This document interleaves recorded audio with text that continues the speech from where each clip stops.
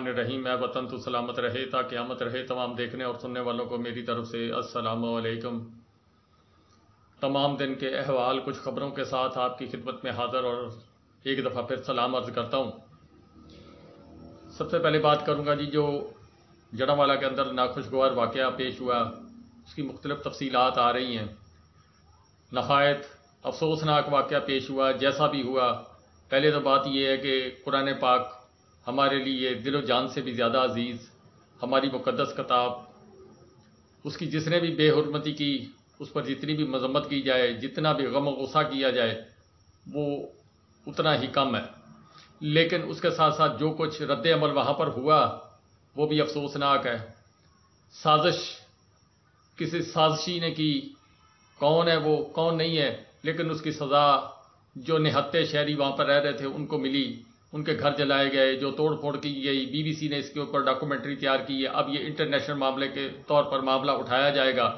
یہ ایک بڑی سوچی سمجھی سازش کے تحت یہ کام کیا گیا۔ کیوں ان دنوں کے اندر بھارت کے اندر کچھ حالات خراب ہیں، تو اس نے لیول پلینگ فیلڈ کے معاملے میں بھی یہ بات آ سکتی ہے، یا وہ جو ملعون جنہوں نے یہ حرکت کی ہے انہوں نے کوئی اپنا بینیفٹ لینے کے لیے یہ کام کیا یا نہیں کیا، اس کے متعلق ہم ابھی کوئی رائے تو نہیں قائم کر سکتے، نہ میں ایسی کوئی بات کر سکتا ہوں۔ لیکن ہمیں قانون آئین کا احترام کرنا چاہیے اور اس چیز کو مد نظر رکھنا چاہیے کہ کوئی بھی فیصلہ جو ہے وہ ہم خود نہ کریں۔ اگر وہ آدمی ہیں انہوں نے ایسا گھناؤنا اور لعنتی کردار ادا کیا ہے تو ان کو پولیس کے حوالے کیا جائے۔ عدالتیں موجود ہیں جن کا وجود پاکستان میں نہ ہونے کے برابر تھا، اب اللہ کے فضل سے کچھ بہتر ہوتی جا رہی ہیں۔ تو اللہ تعالیٰ سے دعا بھی کرنی چاہیے کہ ایسے لوگوں سے اللہ تعالیٰ ہمیں محفوظ رکھے، سازشی عناصر سے۔ لیکن وہاں پر ہمیں یہ بھی سوچنا چاہیے کہ وہ لوگ جو اپنے گھروں میں سوئے پڑے تھے، ان کو اس چیز سے لا علم تھے، وہ دو لڑکے جنہوں نے سپیکر کے اوپر آ کر اعلان کیا وہ کون تھے، ان کی انویسٹیگیشن کرنی چاہیے، ان کو تلاش کرنا چاہیے، وہ کہاں گئے، کدھر سے آئے تھے، کدھر گئے۔ یہ ساری بہت سارے سوالات ہیں، اس کے پیچھے بھی بہت سارے سوالات ہیں۔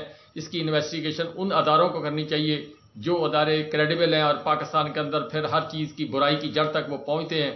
میں بس اتنا ہی کہہ سکتا ہوں، گزشتہ جو کچھ حالات و واقعات پاکستان کے اندر ہو رہے ہیں یہ بھی اسی کی ایک کڑی ہے۔ کچھ سیاسی مقاصد بھی کسی پارٹی کے ہو سکتے ہیں کہ معاملات کو خراب کیا جائے۔ کیوں کے پی کے اندر تو وہ دوسرے معاملات استعمال ہو رہے ہیں جس کے متعلق افغانستان والا معاملہ، کچھ یہ پنجاب کے اندر یہ لسانیت والا شعبہ جو ہے اس کو ڈیولپ کیا جائے۔ میں اس سے زیادہ بس اور کچھ نہیں کہہ سکتا۔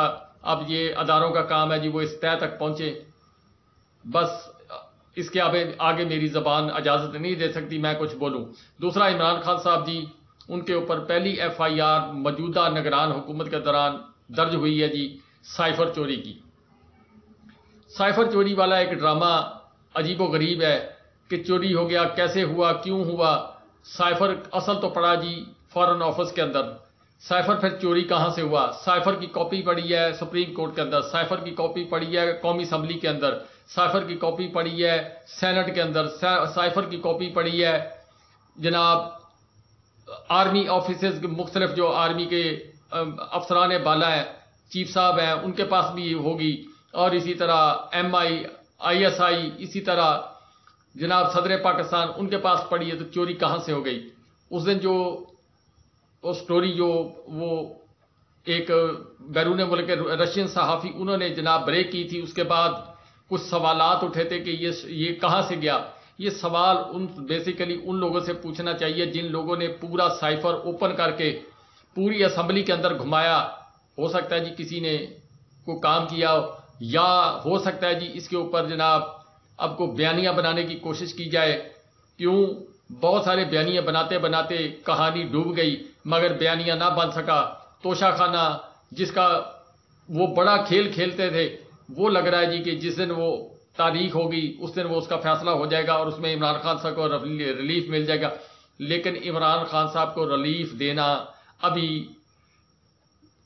مطلب کہ میں یہ کہوں کہ ہاں کوئی نہیں چاہتا کہ ریلیف ملے، مزید دباؤ بڑھایا جائے۔ کچھ ذرائع کے مطابق جو خبریں آئی ہیں اس کے تحت عمران خان صاحب کے ساتھ کسی نے ملاقات کی ہے اور ملاقات کرنے کے بعد کچھ سوالات رکھے ہیں. لیکن اس سے پہلے میں ایک بات بتا دوں، کل ایک جے آئی ٹی جناب گئی ہے جو ڈپٹی سپرنٹینڈنٹ صاحب کے کمرے کے اندر اٹک جیل کے اندر، انہوں نے سائفر کے متعلق عمران خان صاحب سے انویسٹیگیشن کی، سوالات کیے.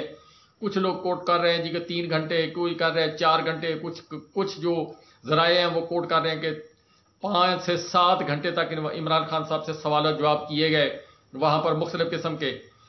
یعنی ان کو لگ رہا ہے کہ سائفر والی کہانی تو جلد ختم ہو جائے گی، پھر عمران خان صاحب کو کیسے دباؤ میں لایا جائے.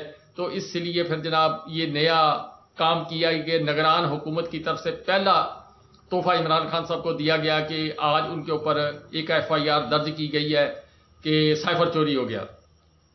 بہرحال کہ یہ سٹوری آگے چلے گی جی. اب دیکھتے ہیں کیا ہوتا کیا نہیں ہوتا. اس میں بہت سارے سوالات ہیں، میں ویڈیو پھر اور باقی خبریں رہ جائیں گی اگر اسی کو پکڑ کر بیٹھ گئے. تیل دیکھو اور تیل کی دھار دیکھو. اور اس کے ساتھ ساتھ عمران خان صاحب سے جو پیغام رسانی کرنے والے لوگ انہوں نے پیغام ایک دفعہ پھر جا کر ان کو وہاں پر کسی نہ کسی طریقے سے پہنچایا کہ آپ جو ذرائع کے مطابق خبر ہے جی کہ آپ پیچھے ہٹ جائیں، باہر چلے جائیں، پارٹی کو کسی اور کے سپرد کر دیں اور جناب 3 سے 4 سال تک آپ آرام فرمائیں. بس اس سے زیادہ میں اور کچھ نہیں کہتا. اس کے اوپر عمران خان صاحب نے ان کو جواب دیا کہ نہیں، جو تکلیف ہوگی میں برداشت کروں گا، لیکن میں اپنے موقف سے اور اپنی عوام جو میرے ساتھ کھڑی ہے اس کو میں مایوس نہیں کروں گا. اس کے ساتھ ساتھ اپنا شہریار افریدی اور شندانہ گلزار صاحبہ، ان کا کیس جیسے آپ کو پتا ہے کہ آج لگا تھا اور جسٹس بابر ستار صاحب نے آج ایک تاریخ رقم کی ہے اس جبر اور فسطائیت کے دور کے اندر. انہوں نے جناب دبنگ قسم کا فیصلہ دیا ہے. اور پھر اس کے علاوہ جناب IG صاحب، اپنا ڈپٹی کمشنر یا کمشنر صاحب، ان کو بھی بلایا گیا، DIG صاحب کو بھی بلایا گیا. اب اس کے متعلق نیکسٹ ڈیٹ رکھی گئی ہے. تو اس کے اوپر انہوں نے جناب جواب طلبی کی اور جواب طلبی کے اندر انہوں نے فرمایا کہ آپ کے اوپر فرد جرم عائد کی جائے گی. کیوں؟ جو دلائل انہوں نے پیش کیے کہ جناب یہ جیل اپنا یہ توڑ پھوڑ کے لیے لوگوں کو اکسا رہے تھے، یہ جناب بلوا گیری کے لیے لوگوں کو آمادہ کر رہے تھے. تو اس پر جسٹس بابر ستار صاحب جو ہیں انہوں نے فرمایا کہ یہ باتیں آپ کس طرح کر رہے ہیں. جو سوال کیا گیا تو پھر ان کے پاس جواب نہیں تھا کہ وہ بندہ جیل کے اندر بیٹھا ہوا ہے اور جیل میں کون بندہ تھا جو ان کو فیسیلیٹیٹ کر رہا تھا. یہ چیزیں جب سوال کیے گئے پھر وہ لوگ جو جن کے جھوٹ کے پاؤں نہیں تھے اور اپنی نوکری بچانے کی خاطر وہ سارے کام کرتے رہے، اب وہ شکنجے میں آتے ہوئے نظر آ رہا. بابر ستار صاحب نے دبنگ قسم کا فیصلہ دیا. اب فرد جرم آئے گی. انہوں نے یہ بھی کہا کہ آپ کو پتا کہ اس چیز کی سزا 6 ماہ قید اور جرمانے تک ہو سکتی ہے. لیکن دوسری طرف جو ہے شہریار افریدی جب اپنا ہائی کورٹ کی عدالت کے احاطے میں گئے ہیں تو قرآن پاک کو سینے سے لگایا ہوا تھا اور اللہ سے دعا کرتے ہوئے جا رہے تھے. پھر ان کو ریلیف ملا. لیکن بابر ستار صاحب نے شندانہ گلزار صاحبہ اور شہریار افریدی صاحب کو 1 ہفتے کے لیے یا جتنی یہ ڈیٹ رکھی گئی ہے اس دوران میں انہوں نے کہا جی کہ آپ اسلام آباد سے باہر نہیں جائیں گے، نہ کوئی سیاسی بیان دیں گے، نہ کوئی میڈیا پر گفتگو کریں گے جب فیصلہ ہو جائے گا. کیوں؟ ابھی جو کیس ہے وہ عدالت کے زیر نگرانی ہے، اس لیے آپ کوئی ایسی سٹیٹمنٹ نہیں دیں گے جس کے اوپر بعد میں کوئی معاملات خراب ہوں. تو انہوں نے بابر ستار صاحب کا حکم جو تسلیم سر خم کر کے قبول کیا. اور اب وہ جب اب ویڈیو کر رہا ہوں تو اس وقت تک ان کے متعلق جو ریٹن آرڈر ہے وہ آ گیا ہے. اور ریٹن آرڈر آنے کے بعد اب میرا خیال وہ اپنے گھر جائیں گے، آرام کریں گے. سختیاں، مشقتیں، قید برداشت کی، لیکن شہریار افریدی آفرین ہے اس بندے پر، وہ ٹوٹا نہیں. دوسری طرف آپ پاکستان تحریک انصاف کے وفد کی ملاقات کچھ ذرائع کے مطابق بتایا جا رہی ہے کہ وزیر اعظم صاحب سے جو موجودہ ہیں جی انوار الحق کاکڑ صاحب، ان سے ہوئی ہے. اور ایک خط انہوں نے پیش کیا جو شاہ محمود قریشی صاحب کی طرف سے تھا. انہوں نے کچھ خدشات جو عمران خان صاحب کو جیل کے اندر رکھا ہوا اس کے متعلق بیان کیے ہیں. کچھ جناب انہوں نے یہ جو بل ہے مردم شماری والا اس کے متعلق انہوں نے بتایا کہ ہم اس کو کورٹ کے اندر چیلنج کر رہے ہیں. وکلا کی بھی بڑی اپنا ایک تعداد ہے، انہوں نے آواز اٹھائی ہے کہ اور چیف جسٹس صاحب سے اپیل کی ہے. میرا خیال 1-2 دن کے اندر اس کے اوپر جناب کیس جو ہے وہ لگ جائے گا، وہ اپنا پٹیشن دائر کر دیں گے وکلا تنظیم جو ہے وہ کہ یہ جتنا بھی یہ معاملات ہیں یہ ڈیلنگ ٹیکٹکس کے طور پر استعمال کرنے کی کوشش کر رہے ہیں تاکہ الیکشن لیٹ کیا جائے.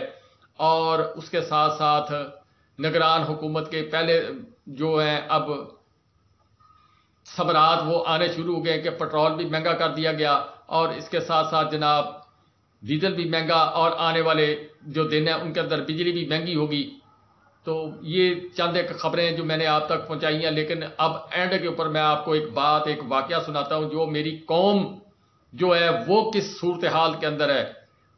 وہ لیڈر جو قوم کو آزادی دلانے کی خاطر ہے وہ جیل کے اندر ہے. لوگ ٹویٹر فیس بک کے اوپر جناب بڑا زور لگا رہے ہیں لیکن گھروں سے نکلنے میں وہ قاصر ہیں. کچھ لوگ نکلے ہیں 14 اگست والے دن لیکن جبر تشدد سے بیچارے ڈرتے ہوئے وہ خاموش رہے ہیں. لیکن چلو وہ تو ایک سیاسی مسئلہ ہے. ہماری زندگیاں ہمارے بچوں کی زندگیاں جو ہیں وہ خطرے میں پڑ چکی ہیں مہنگائی کی وجہ سے. ڈالر آج جناب چلا گیا تقریباً 300 کے قریب چلا گیا. انٹر بینک میں 297 روپے 99 پیسے اور اوپر مارکیٹ کے اندر اس سے اوپر چلا گیا.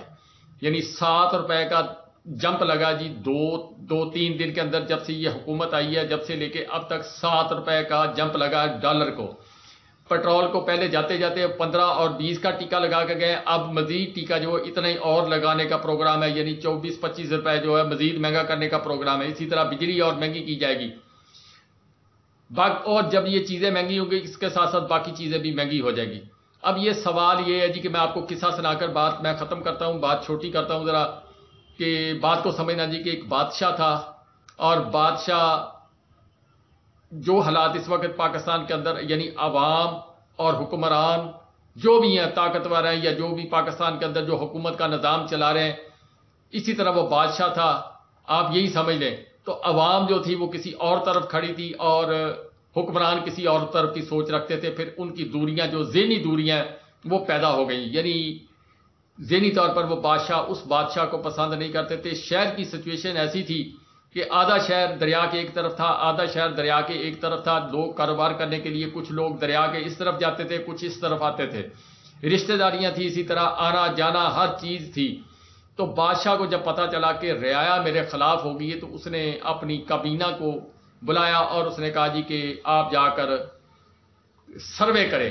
جو انٹیلیجنس اس وقت یہ دوسری انٹیلیجنس تو نہیں تھی کہ سروے کرا لیں پول سروے کرا لیں. وہ جناب اپنے ہرکارے یا جو بھی ہوتے تھے وہ لوگ ان کے جو اردلی وغیرہ ہوتے تھے ان کو بھیجا جاتا تھا. وہ مختلف جگہ پر لوگوں کے اندر بھیس بدل کر جاتے تھے اور کہانی پتہ کرتے تھے کہ لوگ کیا کہتے ہیں.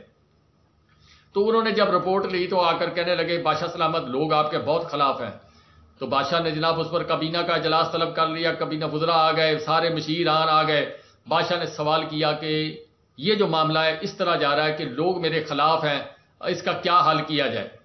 تو سب نے اپنی اپنی رائے دی. اس میں ایک جو وزیر تھا اس نے کہا بادشاہ سلامت اگر آپ میرا مشورہ مانیں تو آپ اس اپنی قوم کے اوپر ٹیکس لگا دیں. اس نے کہا یار پہلے قوم میرے خلاف ہے پھر ٹیکس لگاؤں گا اور خلاف ہو جائیں گے. اس نے کہا بادشاہ سلامت آپ کر کے دیکھیں 2 ماہ تو کر کے دیکھیں اس کے بعد پھر میں آپ کو بتاؤں گا جی. خیر بادشاہ نے اس کی بات کی مانی اور بادشاہ نے جناب اس قوم کے اوپر ٹیکس لگا دیا کہ ہر آدمی جو پل سے گزرے گا وہ ٹیکس دے گا. جو شہر کے اندر جو مختلف جس طرح بھی وہ پروگرام بنایا گیا کوئی پراپرٹی ٹیکس لگایا گیا کچھ کسی طریقے سے یعنی ٹیکس لگا دیا گیا. لیکن وہ لوگ جو آنے جانے والے تھے پل کے اوپر ٹیکس دیتے تھے تو اس کے بعد وہ ایک دوسری جگہ جا سکتے تھے. تو 2 ماہ گزر گئے. اس کے بعد بادشاہ نے اپنی جو انٹیلیجنس کے ہرکارے تھے ان کو پھر بھیجا جاؤ پتہ کر کے آؤ. تو پتہ چلا جی کہ لوگوں نے کہا کہ بادشاہ سلامت سے ہمارا کوئی بندہ ہماری ریکویسٹ کر دے کہ ہم ٹیکس دیتے ہیں لیکن لائن میں لگتے ہیں ہم نے کام پہ جانا ہوتا ہے تو ہمیں دیر ہو جاتی ہے تو بادشاہ سلامت آدمی بڑھا دے. اس کے بعد جناب وہ پھر جناب کابینہ کا اجلاس ہوا. وزیر بیٹھے اس نے وہ جو انٹیلیجنس تھی اس نے سارے معاملات بادشاہ کے سامنے کابینہ کے سامنے رکھے. تو بادشاہ نے جب پوچھا کسی نے کوئی رائے دی کسی نے کوئی رائے دی. تو جو وہ وزیر تھا جس نے ٹیکس کا مشورہ دیا تھا اس نے کہا بادشاہ سلامت وہ ڈاکٹر صاحب کی طرح ہوگا نا جی. اس نے کہا بادشاہ سلامت اب آپ ایک کام کریں جہاں ٹیکس لگایا وہاں ٹیکس بھی بڑھا دیں اور 7-5 جوتے کر دیں. جب یہ پل کے اوپر صبح جائیں گے 5 اس وقت 5 شام کو یعنی 10 جوتے پلس ٹیکس. تو اس نے کہا عوام تم مارے گی عوام میرے گلے کو آ جائے گی. اس نے کہا بادشاہ سلامت پہلے بولی. اس نے کہا نہیں بولی. اس نے کہا لگائیں آپ یہ بالکل نہیں بولے گی. تو جناب بادشاہ سلامت نے ٹیکس بھی بڑھا دیا اور 5 جوتوں کا جناب ان کے لیے اعلان کر دیا کہ جو بندہ پل پہ جائے گا اس کو 5 جوتے جاتے ہوئے لگیں گے، 5 جوتے واپسی پر شام کو اپنے گھر آتے ہوئے لگیں گے، یعنی 10 جوتوں کا انعام دیا گیا۔ اس کے بعد 2-2.5 ماہ گزرے، اس نے پھر سروے کرایا تو پھر وہی آواز عوام کی طرف سے آئی کہ بادشاہ سلامت سے ہماری منت ہے، ریکویسٹ ہے، ہم ٹیکس بھی دیتے ہیں، جوتے بھی کھاتے ہیں اور اس کے بعد ہمیں دیر بھی ہو جاتی ہے، تو کوئی بندہ ہماری درخواست بادشاہ سلامت تک پہنچائے کہ خدا کے لیے ہمارے جو معاملات ہیں اس پر ترس کرے اور آدمی بڑھا دے تاکہ ہمیں جوتے بھی مار لے اور ٹیکس کلیکشن جو ہے فوری طور پر کر لے، ہم کام پر جاتے ہیں ہمیں دیر ہو جاتی ہے۔ یہ سارا معاملہ سنانے کے مقصد یہ ہے کہ 35-36 سال پاکستان کو اس کرائسس میں گزرتے ہوئے مہنگائی کے یہ سارا نظام جو بنایا گیا تھا، یہ ضیاء الحق کے دور کے اندر ایک باقاعدہ طور پر پلان کیا گیا تھا پاکستانی عوام کو ذہنی طور پر مفلوج کرنے کے لیے، اس پر امپلیمنٹ کرتے ہوئے یہ اتنا ٹائم آ گیا۔ اب جو کچھ حالات جو چل رہے ہیں اس کی ایک علیحدہ سٹوری ہے، یہ کیوں ایسے پہنچے ہیں، لیکن عوام نہیں بولی۔ عوام نہ اب بول رہی ہے 300 روپے کا پٹرول ہو گیا، 330 روپے کا پٹرول ہو جائے، ڈیزل 500 روپے لیٹر ہو جائے، چائے کی پتی 950 روپے کا ڈبہ ہو گیا، جو 180 روپے کا تھا وہ 950 روپے کا۔ آپ اندازہ کریں ذرا اس بات کا، 70% آبادی جو کسان ہے ان کی چیزیں کتنی مہنگی ہو گئی ہیں۔ اسی طرح جو عام دالیں، چاول، گھی اور بجلی، پانی، یہ ساری چیزیں مہنگی ہو گئی، جس کی وجہ سے بچے اسکولوں میں جو نا ان کی فیسیں دینا مشکل ہو گئی۔ یہ سارے کام کرنے کے بعد ہم سب کچھ برداشت کر رہے ہیں، اپنے بچوں کو بھوک سے مار رہے ہیں، اپنے بچوں کو جناب ہم جہاں 3 وقت کا کھانا کھلاتے تھے 1 وقت کا کھانا کھلا رہے ہیں، لیکن ہم آواز نہیں اٹھا رہے، ہم خاموش ہیں۔ اور اگر آپ جس طرح یہ خاموش ہیں اسی طرح آپ اللہ پاک آپ کو توفیق دے آپ خاموش میں۔ یہ نہیں کہتا کہ آپ بلوا کر دیں یا جو کر دیں، کم از کم اپنا پروٹیسٹ تو کریں، جا کے اپنی درخواست 10 آدمی 20 آدمی شہر کے اکٹھے ہو کر آواز اٹھائیں اور آواز اٹھا کر حکمران بالا اور جو سب سے بالا ہیں ان تک پہنچائیں کہ ہمیں جینے کا حق پاکستان میں ہے یا نہیں ہے۔ اگر آپ خاموش رہو گے تو پھر یہ ٹیکس بھی لگے گا۔ جوتے اب آپ کو 15-16 ماہ کے اندر کتنے جوتے پڑے ہیں آپ اندازہ کر سکیں۔ یہ جھنڈا کوئی بات ہے کرنے کی کہ کسی پارٹی کا جھنڈا اٹھانے پر آپ کو جوتے مارے گئے، آپ کے گھروں کے دروازے توڑے گئے۔ پاکستان کا جھنڈا اٹھا کر میں نے بعض ویڈیو ایسی دیکھی کہ پاکستان کا جھنڈا پکڑا ہوا ان کو بھی جوتے مارے گئے ہیں۔